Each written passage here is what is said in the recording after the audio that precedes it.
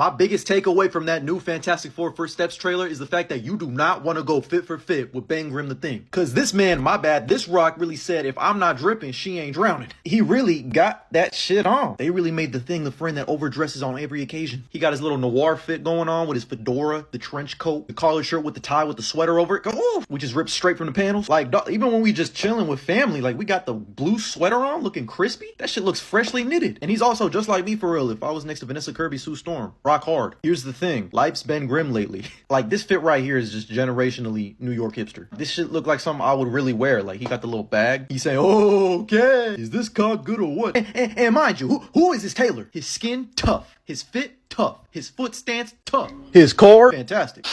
Inhale that aura. Like, just look at the way my dog is flicked up right now. He really out here trying to aura farm. He said, even when I go to work, I pack that thing on me too. Like, dog, who was their tailor? Edna Mode? Matter of fact, this suit right here would make Edna Mode moist. Hey, man, but don't forget that Ben Grimm was an All-American in football. Fuck it. More Ben Grimm the Thing highlights. Roll the damn tape. Audemars on my wrist.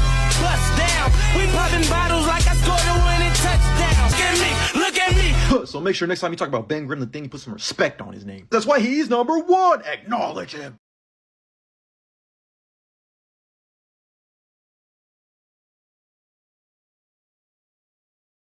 I think I speak for the entire Marvel community and for those in the Marvel community that are too afraid to admit it when I say this, but as soon as we all saw Julia Garner's female Silver Surfer, we all thought the exact same thing. Not even Galactus himself could pull me out.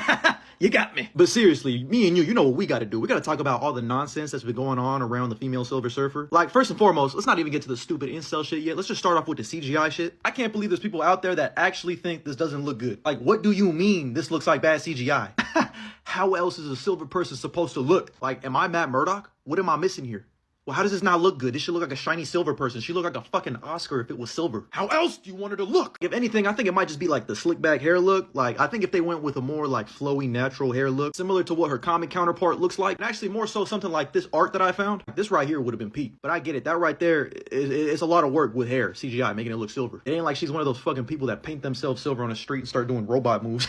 But also, I love the clear inspiration for her Silver Surfer. They got her out here looking like the fucking T-1000 from T2. And mind you, another shiny silver person. I think this is really rooted in the fact that people just love this Silver Surfer. They love Norman Rad. They love what Doug Jones and Lawrence Fishburne did with this movie. And I can't even deny that. Roll the tape on how hard this man is. Oh, that is cool. But she's out here moving different too. She pulled up to the Fantastic Four's front door and said, "You are about to die at the hands of Galactus."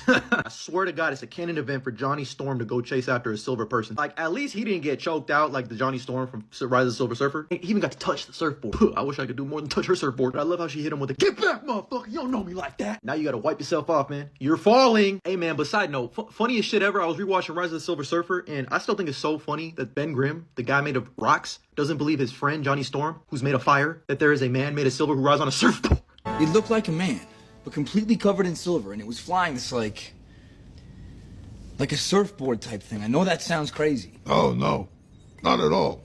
So, did you follow the shiny man to Lollipop Land or the Rainbow Junction? Look, I know what I saw. All right, now on to the other issue with this female Silver Surfer. There's idiots out there that really think this is Norrin Red. They think this is a race swap when they don't. They just don't know. She is Shala Ball, who is one of Norrin Rad's boo things from the comics, like her main boo thing, basically. And, I understand it, Norrin. That boy getting him some intergalactic ass. But Shala Ball in the comics also becomes a Silver Surfer alongside Norrin Rad in the What If storyline, which if you've been following me, I've been saying this shit ever since she got cast. But this also further solidifies the fact that the Fantastic Four First Steps movie takes place in another universe, which allows them to focus on Norrin Rad for the main 616 universe, actually Earth 1999999. And honestly, that's perfect. We need Norrin Rad to have, he deserves his own solo project for real, but build him up to be like his own character, not just have him be a side plot to Galactus. We already saw that shit in Rise of the Silver Surfer. By the way, speaking of Galactus, that's a huge bitch. Dog, when his foot came out, now I know why they call this Fantastic Four First Steps, because it's Galactus taking his big ass feet. You know what they say about big feet? Big shoes. But not like, bro, dog, we gotta watch this shit in IMAX. They give you way more Galactus head.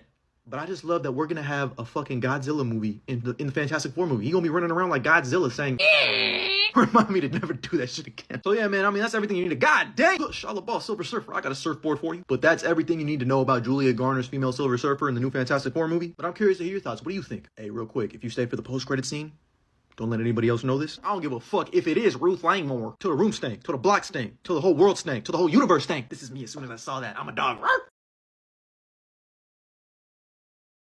Ever since it was announced that Robert Downey Jr. was going to be playing Victor Von Doom, Dr. Doom in the MCU, we've been getting little teases and tastes of what his character's got in store for us. And even some concept art that's definitely not real, Russo brothers. But this is arguably, and if you ask Kevin Feige, the most iconic Marvel villain in history. But on top of that, he's the Fantastic Four's primary antagonist due to his rivalry and hatred for Reed Richards. So inherently, we all brought up the question, is Robert Downey Jr.'s Dr. Doom going to be in the new Fantastic Four movie? Boom! Now, you know what? Now, Doom! You looking for this? As Fantastic Four director Matt Shakman has stated that Dr. Doom will not be appearing in this movie.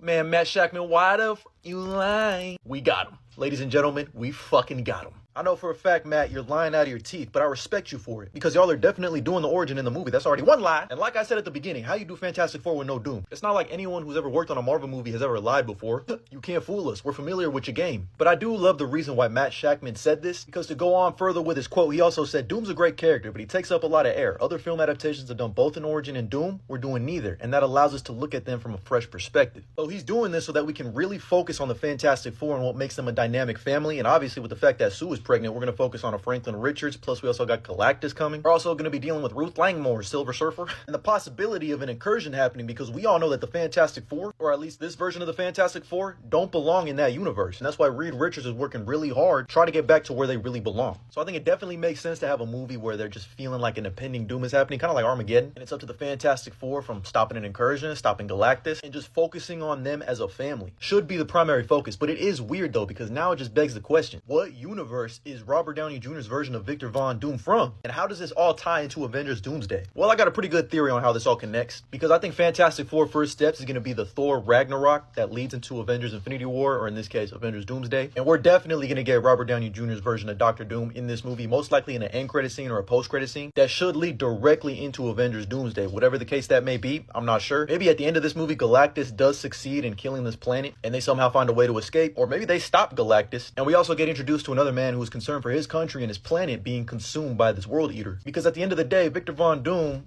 you know, out of his own narcissistic accord, wants to be the hero, which is actually kind of very similar to the MCU's version of Tony Stark. Because if you think about it, the MCU's version of Tony Stark has caused all the problems that he's had to stop. So it would make a lot of sense for his version of Doom to have that same type of want, but for the entire multiverse. One world under Doom. Which, yes, I do keep that Ryan North on me because this shit right here is fire! But that's all the news we got today, at least, until they drop the second trailer for Fantastic Four about Avengers Doomsday and Fantastic Four and Robert Downey Jr.'s version of Victor Von Doom appearing in the movie, or not appearing. But I'm curious to hear your thoughts. What do you think about this? What do you think about my theories? Drop a comment down below, and as always, like and follow for more.